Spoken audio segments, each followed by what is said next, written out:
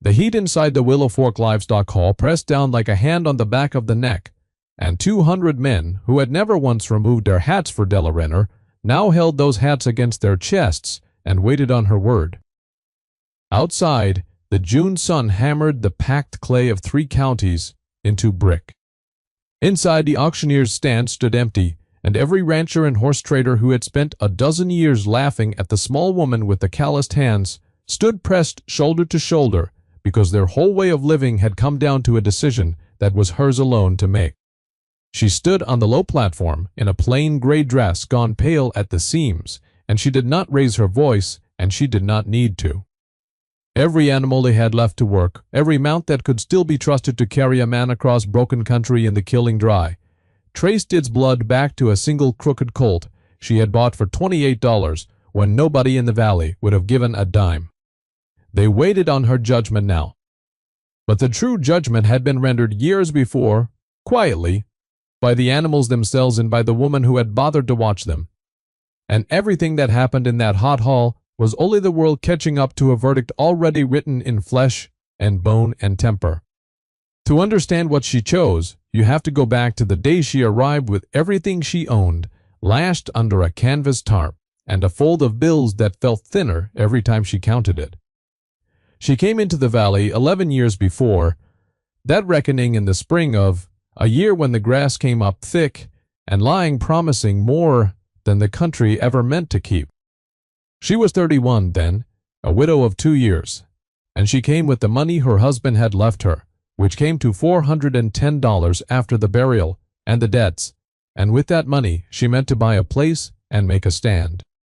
What she found she could afford was a 40-acre patch out past the Hollis Road that the locals called the Slough, a low bottom of poor drainage and rushes that had beaten 3 families before her and driven them off, broke or dead. The house was 2 rooms with a stove that smoked. The barn leaned like a drunk against the prevailing wind. She paid $320 for the land and the buildings, which left her $90 against the whole hard business of living, and the men at the feed store in Willow Fork gave her about a season before she would come crawling back to sell. A woman working ground alone, they said, was a joke that told itself. They said it where she could hear it, and she made no answer, because she had learned already that being right is its own kind of reply, and that a person who wastes breath defending herself has none left for the work. She needed stock, and stock cost money she did not have. So she went to the dispersal sale the week after she took the deed, the sale where the Colvin estate was being broke up and scattered after old man Colvin died, owing everybody. The good horses went first and went high, snapped up by the outfits that could pay, and Della stood at the back with her $90 and watched her chances thin. She had grown up around horses, had a knowledge of them in her hands that no book gives, but knowledge without capital buys nothing at an auction. And then near the end, when the crowd had already turned to leave and the auctioneer's voice had gone tired, they led out a yearling colt that made the whole hall laugh out loud. He was a poor-looking thing, that colt. He was a dark liver bay, gone rough in the coat, ribby from a winter of neglect, and he came down the alley at a hitching, uneven walk that told every man there his story before a word was spoken. The right foreleg had been hurt in the wire as a foal, and it had healed crooked at the knee, so that he set the foot down with a little dip and a hesitation, a lameness that would never leave him.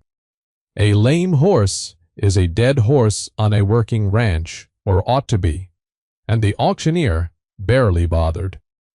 "He'll never carry a saddle," somebody called, and somebody else said he'd make dog meat cheaper than most, and the laughter rolled around the hall the way laughter does when men are glad it is not aimed at them.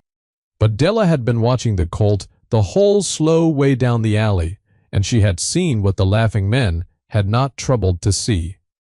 She saw that the crooked leg was old and settled and no longer sore, a healed thing and not a wound. She saw that, despite the fear and the noise, the colt did not fight, the lead did not spook, did not roll his eye white, but stepped along with a settled patience, and that when a boy near the rail dropped a bucket with a bang, the colt only flicked an ear and stood, She saw the deep slope of the shoulder under the poor coat, and the clean, broad quarters and the honest square set of the head. And she saw the eye, which was large and dark and calm as still water, the eye of an animal that thinks before it moves. She knew that a leg heals, but a temperament is born, and that you can breed away a crooked knee in a single generation, but you cannot breed a bad mind into a good one. Nobody would bid. She raised her hand and said, in a voice that carried in the sudden hush, $28. And there was a beat of silence, and then a fresh gust of laughter, and the auctioneer knocked him down to her, gladly. Glad to be rid of him, and a man behind her said, loud enough to carry, well, the fool and her money. That was the phrase that followed her home and followed her for years, the fool and her money, said with a grin at the feed's door and the church steps and the crossing where the roads met. She let it ride. She led the colt the 6 miles out to the slough on foot, because she had no wagon to spare him a ride, and he limped along beside her the whole way. And she named him nothing at first, because a name is a kind of promise, and she did not yet know what she was promising. That first evening she stood him in the leaning barn and ran her hands down every inch of him, the crooked knee and the good bone below it, the clean joints, the deep heart girth, and she did her arithmetic out loud to the darkening barn. She had $62 left. She had 40 acres of poor bottom. She had a lame colt that could never be sold for saddle work. And she had the one thing none of the laughing men had bothered to price, which was time and eyes willing to use it. A poor hand counts what a thing costs, she thought. A good hand counts what it can make. She did not yet know how she would make anything of him. But she had learned from her husband's dying that the world does not hand you a fair deal, and that you take the crooked thing nobody wants and you learn its nature, because a thing understood is worth 10 things merely owned. The first summer nearly broke her, the way it broke everyone who tried the slough. The bottom flooded with the spring rains, and then baked hard and cracked when the rains quit, and the rushes came back thicker than any grass.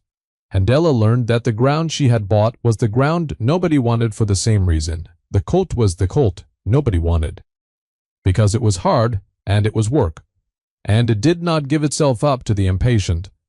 She dug drainage by hand with a spade, until her palm split and healed into leather. She planted a garden that the standing water drowned and planted it again higher. She lived on beans and cornmeal, and the milk of one poor cow, and counted her dollars down to 50, and then to 40, and then to 31. And there came a night in that first autumn when she sat on the stoop with the ledger in her lap. She had figured it every way, and the sums came up short. She thought that night plainly and without drama that the men had been right, and that she would fail and be gone by the thaw, and she wept a little quietly, the way a person weeps who has no one to hear. And it was the colt that pulled her back.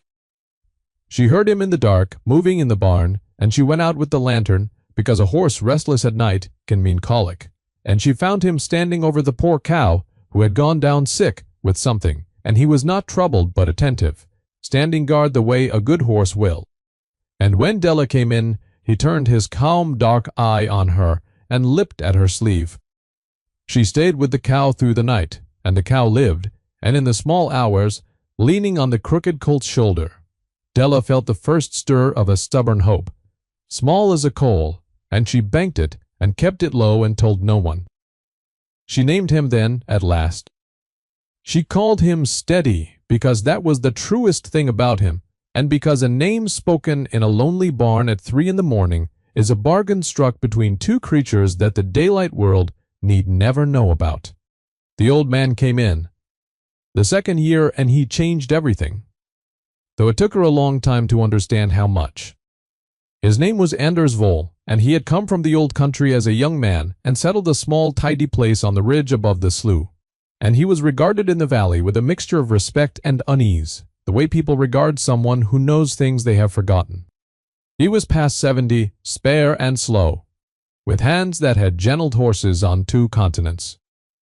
He rode down to the slough one morning on a plain sound mare and sat his saddle at Della's gate, and watched her working steady in the poor bottom, not riding him, for she never rode him, but leading him at liberty, through the rushes and over the drainage ditches she had dug.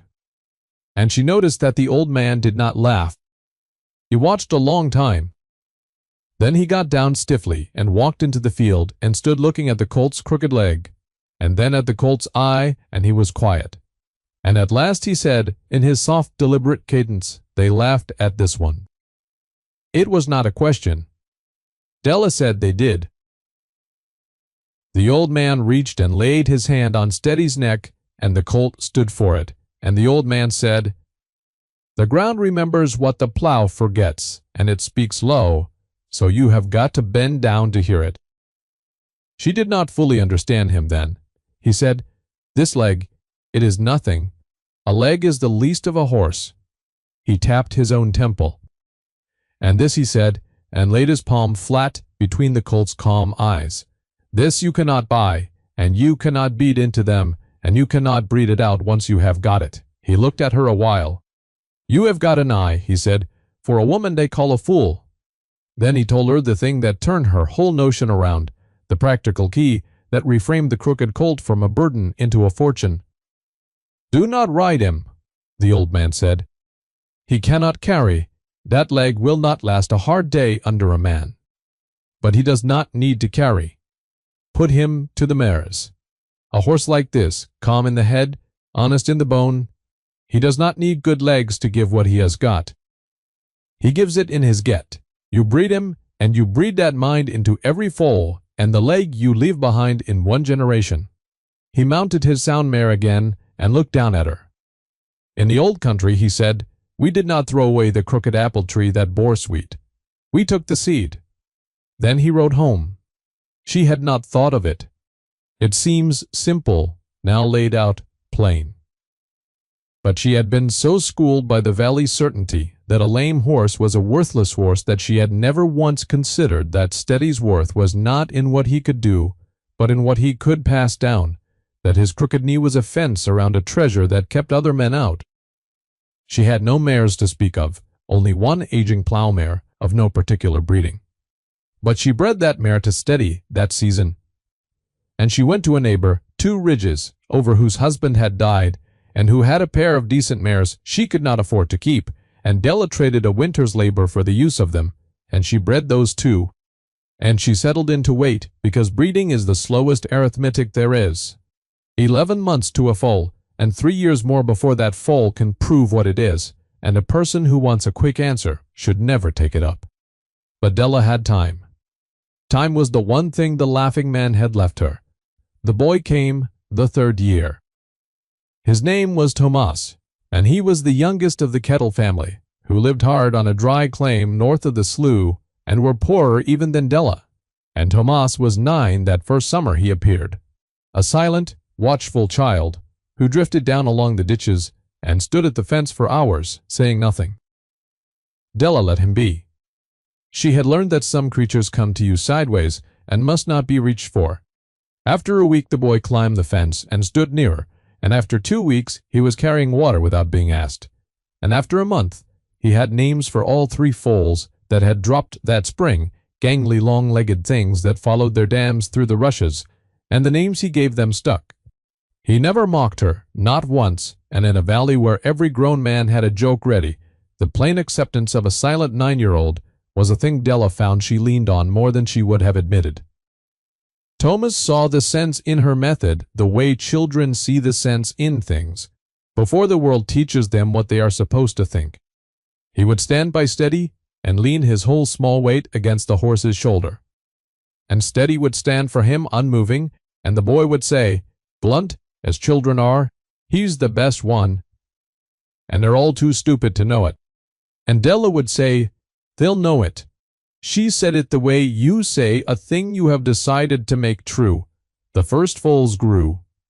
And here, the slow miracle began to show itself, invisible to the town and plain as day to the 2 who watched. They came out sound of leg every one, the crooked knee left behind in a single generation exactly as the old man had promised, but they came out with their sire's mind. And that was the thing nobody had priced. They were calm. They did not spook at flapping canvas, or a gunshot, or a snake underfoot. They stood to be shod without a fight. They learned a task and kept it. A green rider could sit them and come home whole. On the open range, where a man's life can hang on whether his horse loses its head at the wrong moment. This was worth more than speed, or size, or a fashionable color, and Della knew it, and she kept it low and banked, like a coal under ash, and she said nothing to anyone. She sold the plowmare's colt at 3, quietly, to a widow woman down the valley who needed a safe horse and could not afford a dear one, and the widow came back within the month telling everyone who would listen that she had never in her life owned such a horse, that it minded like a dog and never took a fright, and a seed of talk began. Small, dismissed. The fool and her lucky accident, Della bred more. She took her small profits, and did not spend them on comfort, but on mares. Plain, sound, useful mares that other outfits undervalued, and she put every one of them to steady, and the crooked colt nobody had wanted stood at the head of a growing band in the poor bottom of the slough and got sound, calm foals year on year. She drained more of the bottom, and the grass came in where the rushes had been, because she had learned to work with the ground instead of against it, to let the water go where the water wanted, and plant where the water left. And the old man rode down now and then, and looked over the fence, and nodded and said little, which from him was praise. The valley still laughed, but the laughter had gone a little thin at the edges, a little uncertain, the way laughter goes when the joke keeps not dying the way a joke is supposed to. Now there was in Willow Fork a man named Roy Sutter, and he was the near hand of a thing bigger than himself, an agent and buyer for the Merchant and Cattlemen's Land and Stock Consortium, an outfit of Eastern money that had been buying up the valley piece by piece, grazing leases and water rights and whole, failed ranches, consolidating the country into one great holding under a distant board of men who had never smelled the dust. Sutter was smooth and well-dressed and warm in the way a thing is warm that has learned warm as a tool, and he made it his business to know every animal and acre in 3 counties, because the consortium meant in time to own them all. He had come to the slough twice in the early years to make Della an offer on the whole crooked business, the land and the lame horse and the ragged little band, an insultingly low offer dressed up as a kindness, a hand extended to a woman alone who surely wanted rescuing. Both times she had declined him with a single plain sentence. The second time he had let the warmth slip a moment and said, "You will regret refusing charity," and she had said, "I've had charity, it cost too much," and he had gone away with a smile that did not reach his eyes. By the time the 5th year turned into the 6th, the talk about Renner horses had grown past the point where Sutter could ignore it, and the outside world took its notice in the only language the valley truly respected, which was hard money paid by a stranger who owed nobody a favor. A trail contractor named Bell came through from beyond the far range, a hard, practical man moving a great herd of cattle north, and needing mounts for his crew that would hold their heads in a stampede and a river crossing and would not lame out on rough ground, and somebody at the Willow Fork feed store, meaning it half as a joke, sent him out to the fool at the slough. Bell came, and Bell watched Della's 3-year-old's work, and Bell did not care in the slightest what anyone in the valley thought, because he was a stranger judging the thing by its true quality and not by its reputation. He put his roughest rider on the greenest colt and fired a pistol into the air, and the colt only turned its calm eye toward the sound, and stood, and Bell took off his hat and scratched his head and said, "I have bought 1,000 horses, and I never saw the like." He bought 9 head that day at $60 apiece, which was a working man's wage for half a year each, $540 pressed into Della Renner's calloused hand, and he said he would take every sound colt she could raise, every year, forever. And he shook her hand as an equal. And the news of that sale went through Willow Fork like a grass fire. That was the first true vindication, the outside validator paying premium coin, and it changed the color of the laughter for good. Men who had grinned now came out to the slough on quiet pretexts to look over the fence at the crooked stallion and his sound calm get. And they went away thoughtful. Sutter came again, and this time the offer was not charity, but consolidation. A large sum, a genuinely large sum, for the stallion alone, for steady, because Sutter and the distant board had understood at last that the value was not in any single horse, but in the blood, in the ability to make more, and they meant to own the source. He named a figure that made Della's breath catch, more money than she had ever seen or dreamed of, enough to leave the hard slough forever and live soft the rest of her days. She stood at her gate a long while with the crooked old horse behind her, grown gray now about the muzzle and gentle as ever. And she thought of the arithmetic she had done that first desperate night. A poor hand counts what a thing costs. A good hand counts what it can make. And she understood that Sutter was offering her a great deal of what a thing costs in order to take from the valley forever what it could make. She said, "He's not for sale." Sutter's warmth slipped again. "Everything is for sale," he said. "It is only a question of the number. And you are a woman alone, getting no younger. And this country is going to belong to the consortium one way or another, the easy way or the other way." Were. And there it was, the veiled threat, under the smile. And Della only said, "You'd best go now." And he went, and this time the smile was gone before he reached his buggy. The pressure came then in 3 tightening waves, the way such pressure always comes when patient greed decides it has waited long enough. First came the rumors, seated quietly at the feed store, and the church that the Renner horses were freakish, that the calmness was a sickness, a dullness of the brain that would turn one day and get a man killed, that the blood was tainted from the crooked sire and would breed monsters given time. Della answered none of it, and Bell the contractor came back for his yearly 9 head and paid his gold, and the rumors withered against that plain fact. Second came the squeeze on the leases, for the consortium held the grazing rights to much of the open country now, and word went out that Renner stock would no longer be run on consortium range, a real blow, for Della's band had grown past what her 40 acres could feed, and she had leaned on the open commons like everyone else. She sold down her numbers, kept only the best mares, tightened her arithmetic, and held. Third and last came the matter of the water.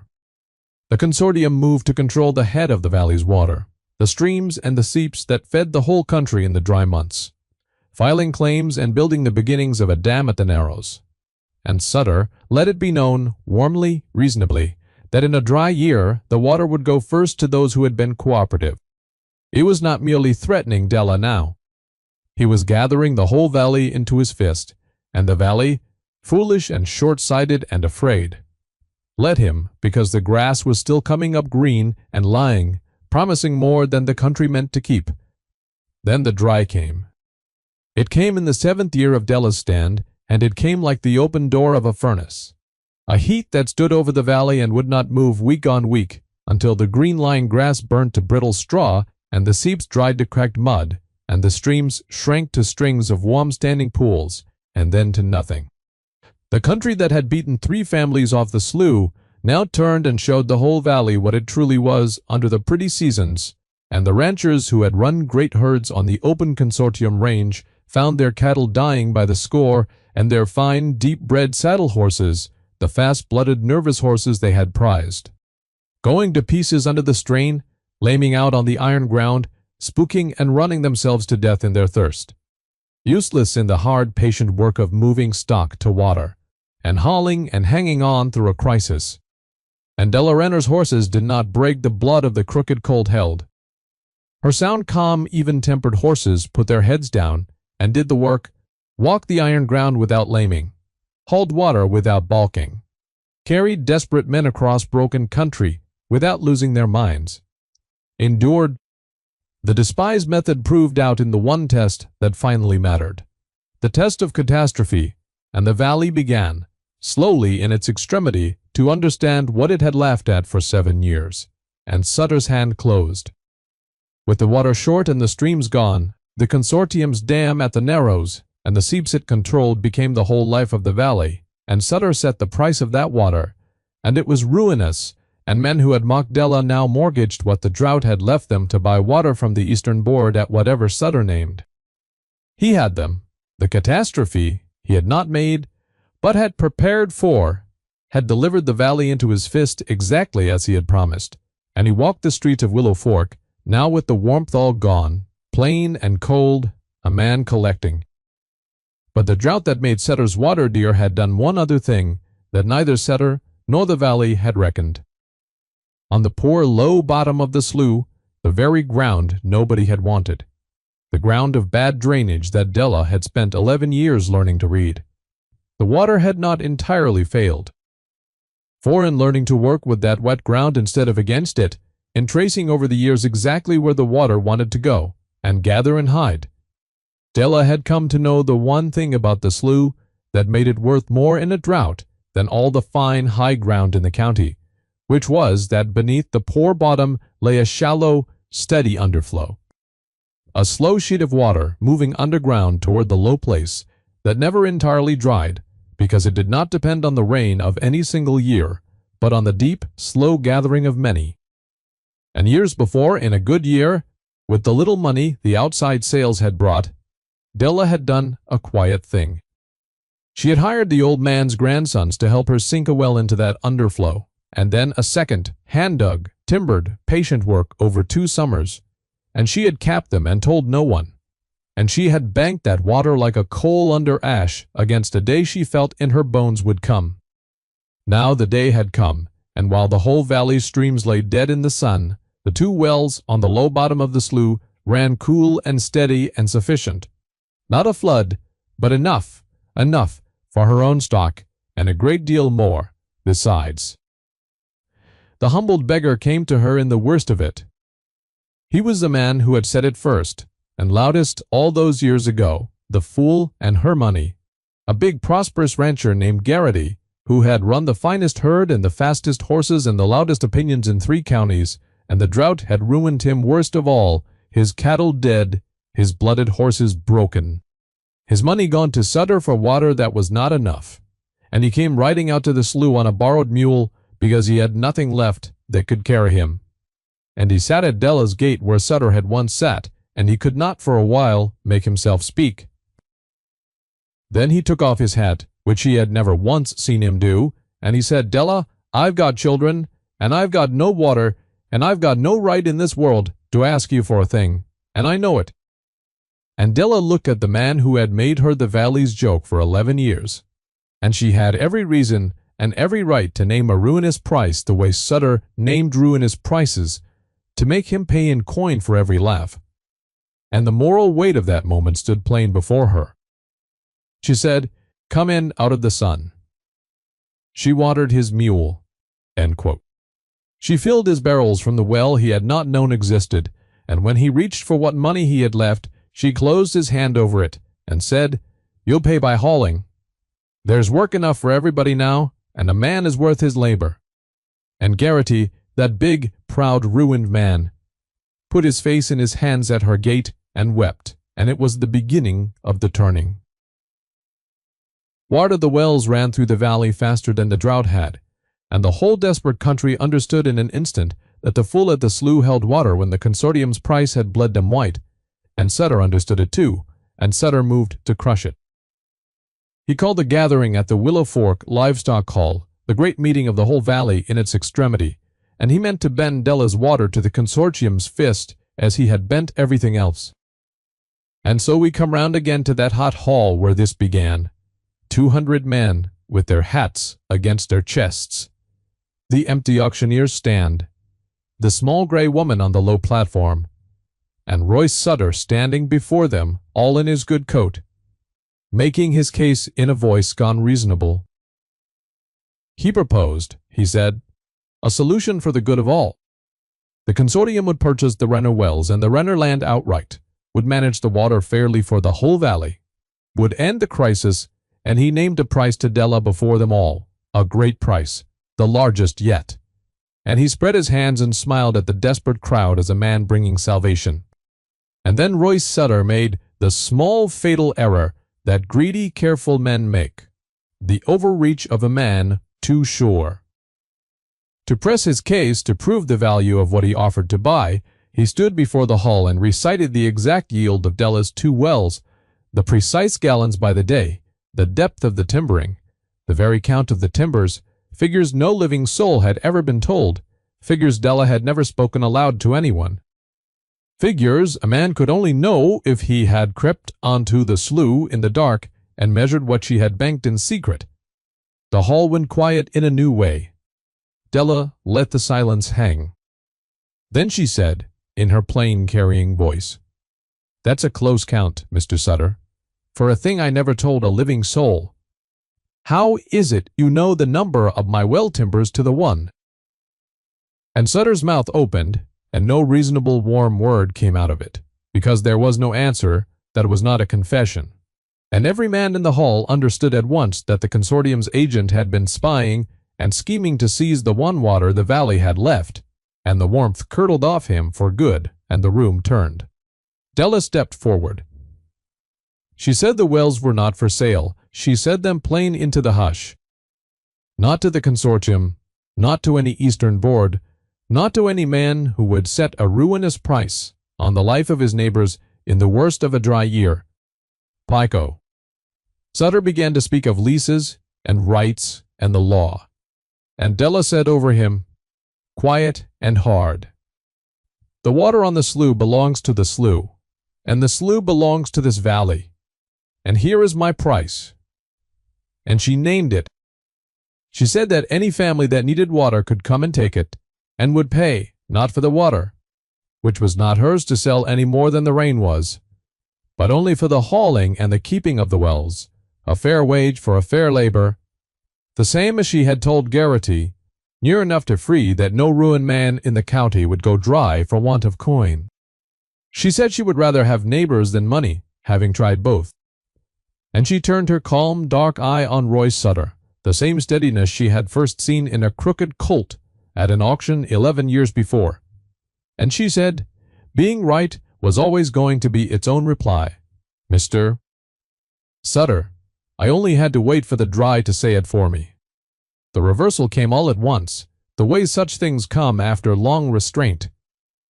Garrity was the first to move.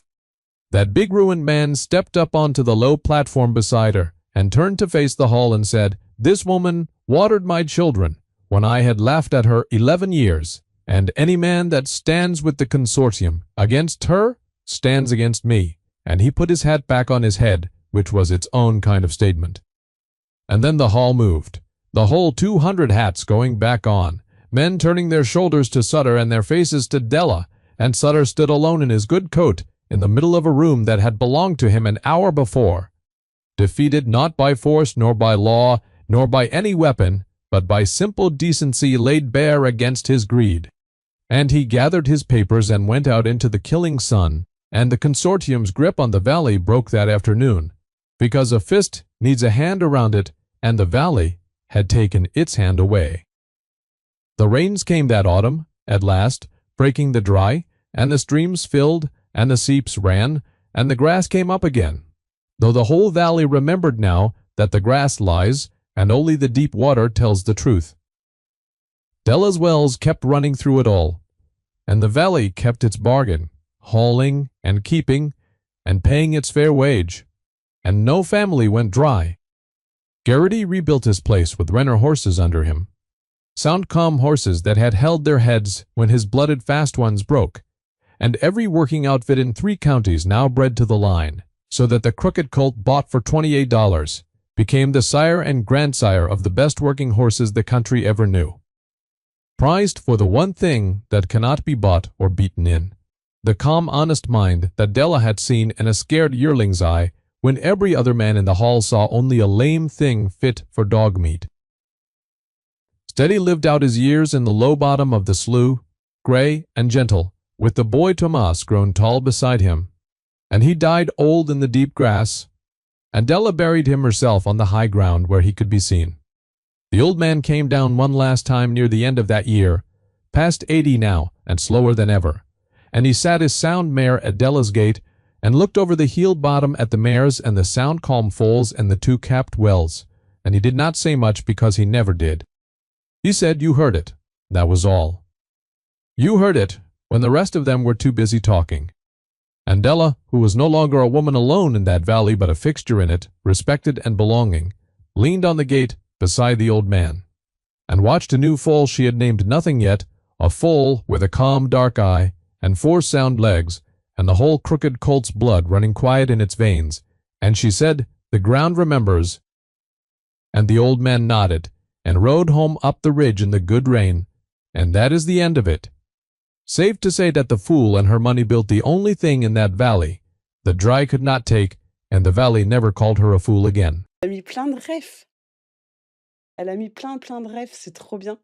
Bon, il y a du Pokémon, même si j'ai jamais joué à Pokémon, mais trop bien. Avec un petit mot, bien sûr. Mais vous êtes pas prêts, hein? Vous êtes pas prêts parce qu'il y a autre chose. Et je suis sûre que Jenny l'a remarqué déjà. Hem, j'ai voulu rajouter cette phrase sur ma fin de stream et puis j'ai pas eu le temps, mais je le ferai un jour.